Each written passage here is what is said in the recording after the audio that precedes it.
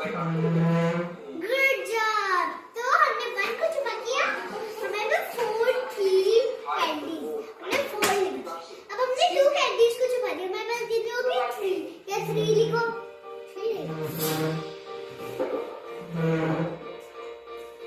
तब हमने 3 कैंडीज को छुपा दिया, हमारे पास 2 होगी, 2 लिखो।